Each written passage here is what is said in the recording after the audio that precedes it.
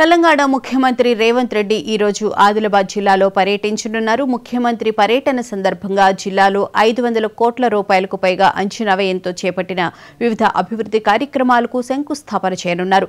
ఈ భారీ శంకుస్థాపన కార్యక్రమం ఆదిలాబాద్ జిల్లాకు కొత్త ప్రాజెక్టులు, మౌలిక వసతులు మరియు ప్రజా సంక్షేమ కార్యక్రమాలను తీసుకురావడంలో కీలక పాత్ర పోషించనుంది. ఈ పర్యటన ద్వారా జిల్లా ప్రజల సమస్యలను అడిగి తెలుసుకోవడం, అదే సమయంలో జిల్లా అభివృద్ధికి ప్రభుత్వం కట్టుబడి ఉందని చాటడం ముఖ్యమంత్రి లక్ష్యంగా పెట్టుకున్నారు.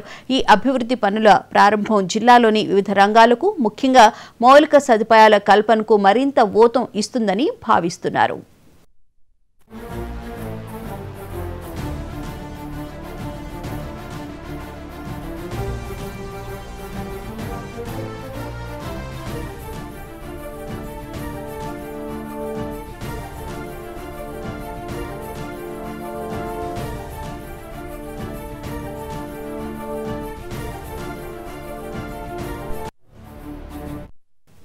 ముఖ్యమంత్రి రేవంత్ రెడ్డి ఈ రోజు ఆదిలాబాద్ జిల్లాలో పర్యటించనున్నారు. ఇదే అంశానికి సంబంధించిన పూర్తి వివరాలను మా ఆదిలాబాద్ జిల్లా ప్రతినిధి శ్రీనివాస్ రెడ్డి తెలుసుకుని. శ్రీనివాస్, చెప్పండి, ఈ రోజు ముఖ్యమంత్రి పర్యటనకు సంబంధించిన వివరాలు.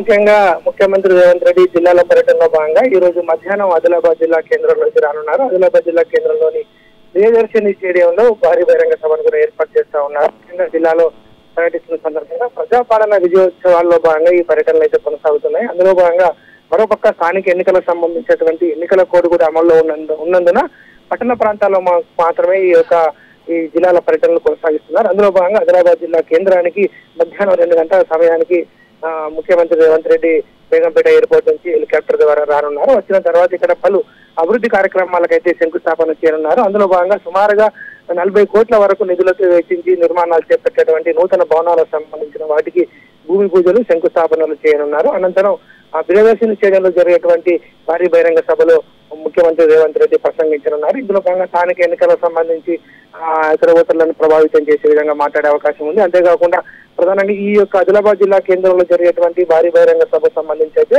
పోలీసులు కూడా భారీ బందోబస్తు ఏర్పాటు చేస్తున్నారు. సుమారుగా 700 మంది పోలీసులతోటి 3 అంచెల భద్రతతో బందోబస్తు ఏర్పాటు చేస్తున్నారు. ఇప్పటికే ట్రాఫిక్ కూడా పలు ప్రాంతాలుగా నుంచి మళ్లించినట్టుగా జిల్లా ఎస్పీ అఖిల్ మహాజన్ తెలిపినటువంటి పరిస్థితి కనిపిస్తుంది. ముఖ్యమంత్రి రేవంత్ రెడ్డి ఈ అవసరం సందర్భంగా కూడా జిల్లాకు సంబంధించినటువంటి పెండింగ్ ప్రాజెక్టులకు సంబంధించి కావచ్చు, ముఖ్యంగా పెండింగ్ అభివృద్ధి పనులకు సంబంధించి కూడా కావచ్చు, ఇక్కడ స్థానికంగా ఉన్నటువంటి ప్రజాప్రతినిధులు అయితే దరఖాస్తులు ఇచ్చేటువంటి అవకాశం ఉంది. అందులో కూడా జిల్లా ముఖ్యమంత్రి రేవంత్ రెడ్డి పిసిసి అధ్యక్షుడిగా ఉన్నప్పుడు ఇటు ఆదిలాబాద్ జిల్లా పర్యటనకు వచ్చినప్పుడు ఈ జిల్లాను దత్తత తీసుకుంటున్నారు.